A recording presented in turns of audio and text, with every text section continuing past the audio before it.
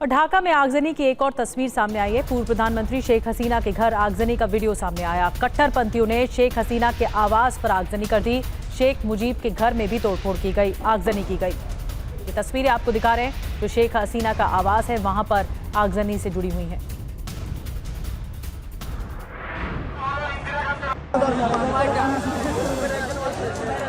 Video Dhaka के धनमंडी में हुई हिंसा और उपद्रव का है, जहां उपद्रवियों ने हिंसा के दौरान बांग्लादेश के संस्थापक बंगबंधु शेख मुजीबुर रहमान के घर को निशाना बनाया। शेख मुजीबुर रहमान बांग्लादेश के पहले राष्ट्रपति थे। सैकड़ों उपद्रवी शेख मुजीबुर रहमान के घर में घुस गए, तोड़फोड़ और आगजनी की। इमारत के कुछ हिस्सों को नुकसान पहुंचाया गया और आग लगा दी गई। ये वही इमारत है जहां शेख मुजीबुर रहमान रहा करते थे और यहीं पर उनकी हत्या कर दी गई थी। ढाका में उपद्रवियों ने अपदस्थ प्रधानमंत्री शेख हसीना के आवास को भी आग के हवाले कर दिया। उपद्रवियों ने शेख हसीना के घर में भी तोड़फोड़ की। ये आगजनी तोड़फोड़ और कट्टरपंथियों ने की। वीडियो में दिख रहा है कि सैकड़ों की संख्या में उपद्रवी शेख हसीना के आवास के बाहर हैं और उन्होंने पूरे आवास को घेर रखा है। पूर्व प्रधानमंत्री शेख हसीना शेख मुजीबुर रहमान की बेटी है।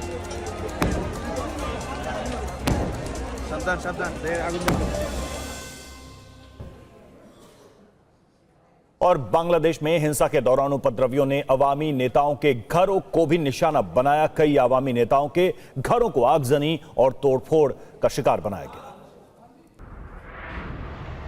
हिंसा के दौरान बांग्लादेश में अवामी लीग के नेताओं को निशाना बनाया जा रहा है।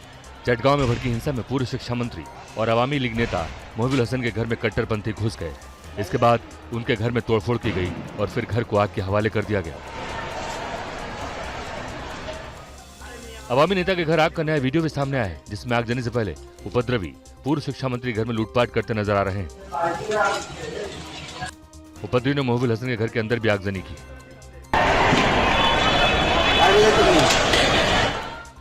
चटगांव इलाके में एक और अवामी नेता के घर पर हमले किए गए। चटगांव हिल ट्रैक्टर्स के पूर्व मंत्री वीर बहादुर घर में भी आगजनी की गई। कट्टरपंथी पूरे बांग्लादेश में जगह जगह हमले कर अवामी नेताओं को निशाना बना रहे हैं।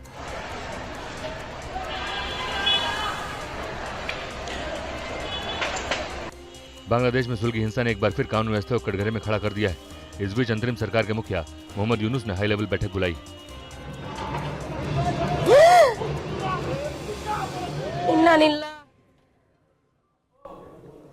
और ढाका की सड़कों पर कट्टरपंथियों का तांडव जारी है। हाथों में हथियार लेकर पूरे शहर में तोड़फोड़ की जा रही है। सैकड़ों जिहादियों ने ढाका में लूटपाट की।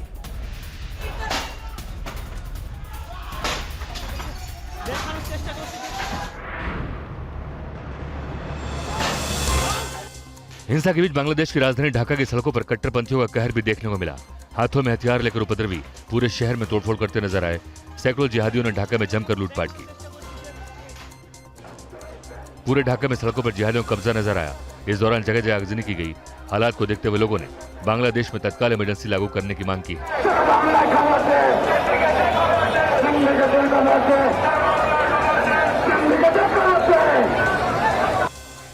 कट्टरपंथी बांग्लादेश में जगह जगह मार्च निकालकर सरेआम जिहादी नारेबाजी कर रहे हैं। अल्पसंख्यकों और खासकर हिंदुओं को खुलेआम जान से मारने की धमकी दी जा रही है। जानकारी के मुताबिक कट्टरपंथियों ने ढाका में 32 जगहों पर आग लगाई। राजशाही में भी व्यावसायिक प्रतिष्ठानों पर हमला किया गया और सिलहट में भी जिहादियों ने कई जगह आगजनी की घटनाओं को अंजाम दिया है।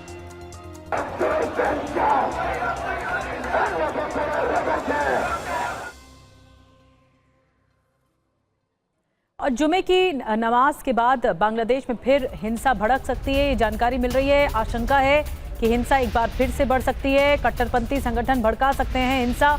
रिपोर्ट में दावा किया गया है उपद्रवियों को कोऑर्डिनेट किया गया है।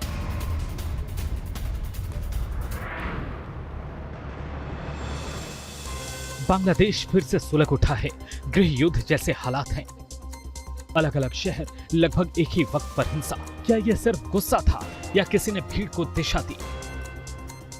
तस्वीरें बता रही हैं कि यह सिर्फ अचानक भड़का गुस्सा नहीं था। जो दिख रहा है वो सोचा समझा पैटर्न लगता है। रात भर हिंसक भीड़ ने सड़क पर कोहराम मचाया। देश भर में हालात अभी भी तनावपूर्ण हैं। आज का दिन बांग्लादेश के लिए बेहद अहम है। भारत विरोधी उस्मान हादी की मौत के बाद एनसीपी ने देश भर में प्रदर्शन का ऐलान किया है। पार्टी के नेता आसिफ महमूद भी इस प्रदर्शन में शामिल होंगे। दरअसल उस्मान हादी भी एनसीपी यानी नेशनल सिटीजन पार्टी का नेता था। पिछले साल शेख हसीना के खिलाफ हुए आंदोलन के बाद इस पार्टी का गठन हुआ। अगर एनसीपी के कार्यकर्ता सड़कों पर उतरते हैं तो फिर से हिंसा भड़क सकती है। उधर रिपोर्ट्स में दावा किया जा रहा है कि आज जुमे की नमाज के बाद कट्टरपंथी संगठन बड़े पैमाने पर हिंसा भड़का सकते हैं।